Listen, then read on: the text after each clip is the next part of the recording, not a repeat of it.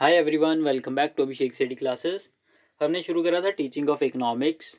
इसके हम 9 लेक्चर्स कर चुके हैं और ऑलमोस्ट सारे टॉपिक्स हमारे कवर हो चुके हैं।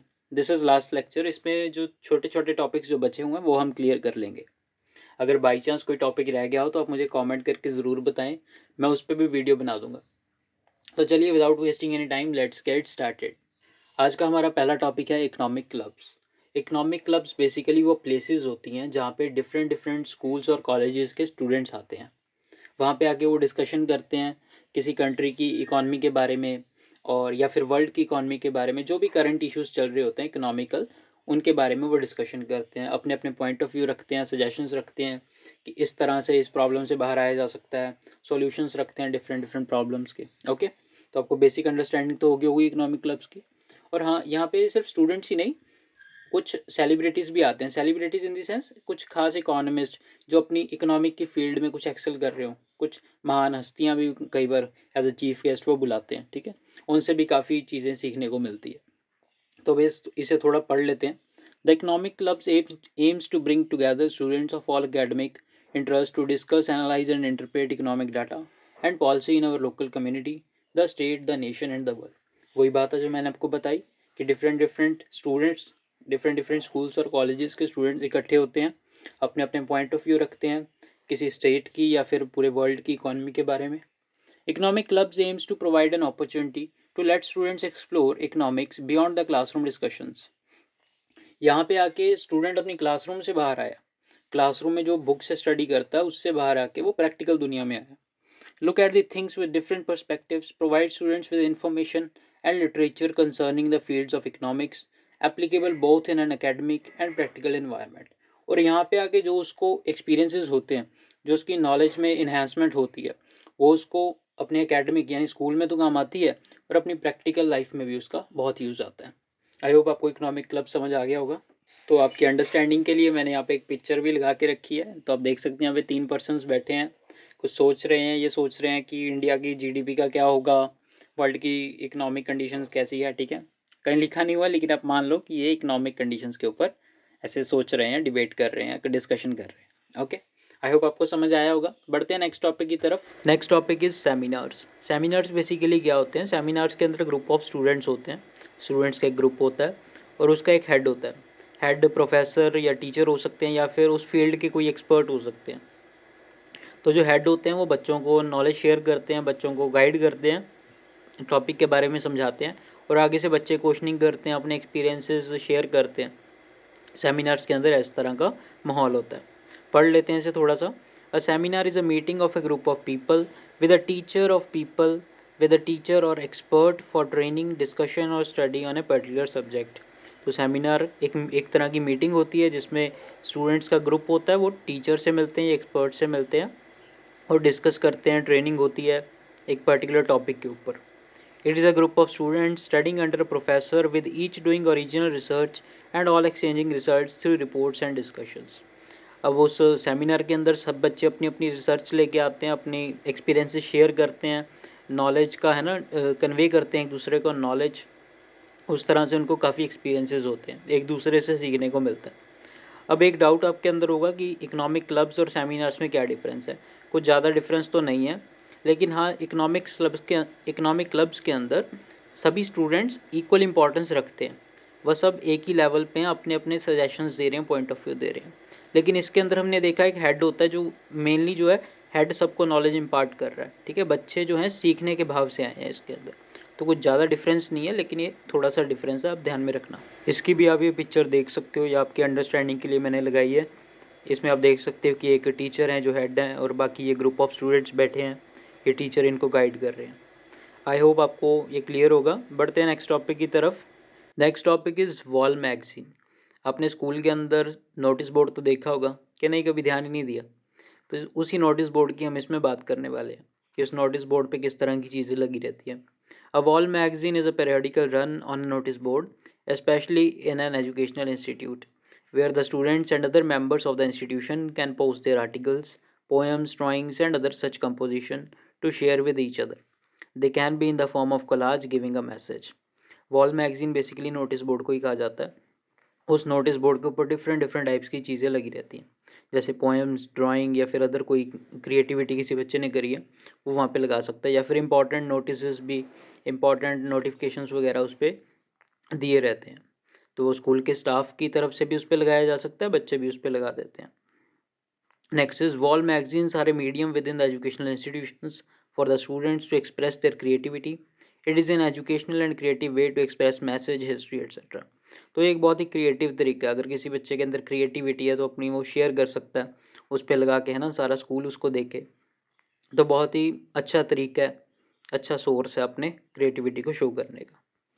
तो ये देख लो, अगर स्कूल में कभी नहीं देखा, नहीं कभी ध्यान दिया, तो ये देख लो कुछ इस तरह का होता है नोटिस बोर्ड, डिफरेंट डिफरेंट यहाँ पे ड्राइंग्स, पोएम्स, है ना, इंपॉर्टेंट नोटिस वगैरह यहाँ पे लगे रहते हैं। बढ़ते हैं नेक्स्ट टॉपिक की तरफ। Next topic is community resources. Community resources का मतलब है कि सोसाइटी के अंदर जितनी भी प्लेसेस हैं, जितनी भी जगहें हैं या फिर जितनी भी चीज़ें हैं जिनसे हमें कुछ ना कुछ बेनिफिट होता है या कुछ ना कुछ सीखने को मिलता है, जिससे हमारी नॉलेज जो बढ़ती है, that is called community resources. Okay, इसे पढ़ लेते हैं थोड़ा सा। Community resources are resources that fulfil the criteria for those around them in an environment that facilitates them.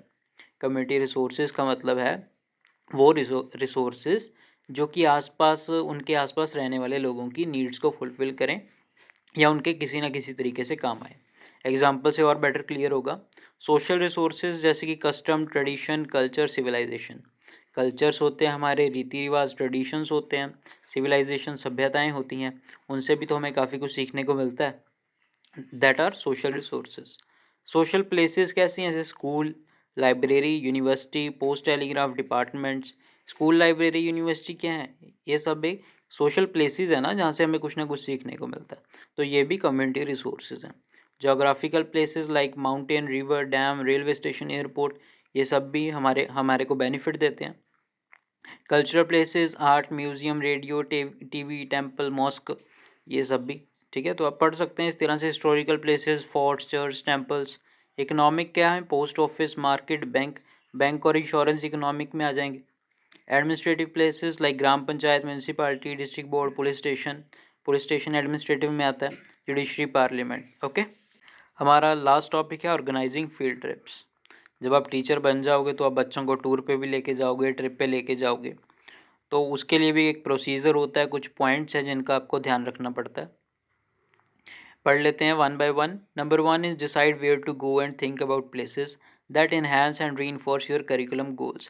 सबसे पहले काम तो यही है कि जगह डिसाइड करना कि कहाँ जाना है, और जगह ऐसी रैंडमली कुछ भी सिलेक्ट नहीं करनी है, जगह का कोई सिग्निफिकेंस होना चाहिए, आपके करिकुलम का पार्ट होना चाहिए वो, वहाँ से कुछ ना कुछ बच्चों को नॉलेज होनी चाहिए जो कि उनको हेल्प करे, उनके करिकुलम में, उनकी पढ़ाई के अंदर उनको हेल्प करे, ठीक है। Number 2, ask your administrator. अब आपके जो हेड है उनसे आपको पूछना पड़ेगा, परमिशन लेनी पड़ेगी, है ना। प्रिंसिपल्स हैं या कोई भी हैं, एडमिनिस्ट्रेटर हैं, उनसे आपको परमिशन लेनी पड़ेगी, उनको आप सारा बताओगे कि इस डेट का प्रोग्राम है, इतना इतना खर्चा आने वाला है, परमिशन लेनी पड़ेगी। Number 3, arrange for transportation and decide how you are going to get the little kids there and back. Next point is transportation, decide करना कि वाया क्या जाना है, वाया ट्रेन जाना है, बस जाना है, किस तरीके से जाना है, वापस कैसे आना है। Decide on where and when you will stop for meals.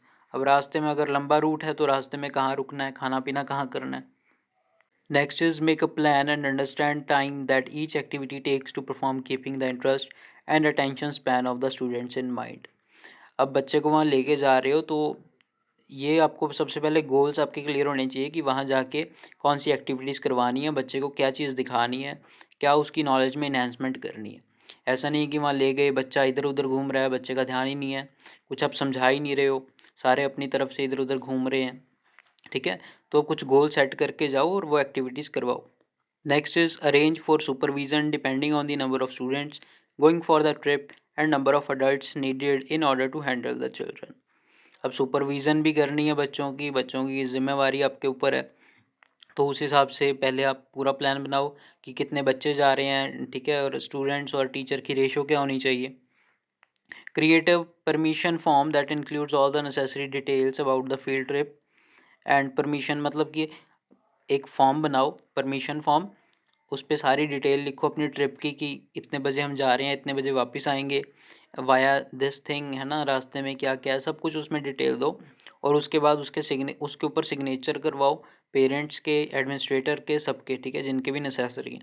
Parents की परमिशन के बिना तो बच्चे जा ही नहीं पाएंगे, तो सबको, पेरेंट्स को भी पता हो कि क्या प्रोग्राम है, किस तरह से ट्रिप जाएगी, और उसके बाद वो साइन देंगे उस परमिशन फॉर्म के ऊपर, तो उसके बाद हमें परमिशन मिल जाएगी। Last is tie in the field trip with the student's curriculum by deciding the kind of assignment and learning that can be done on the trip.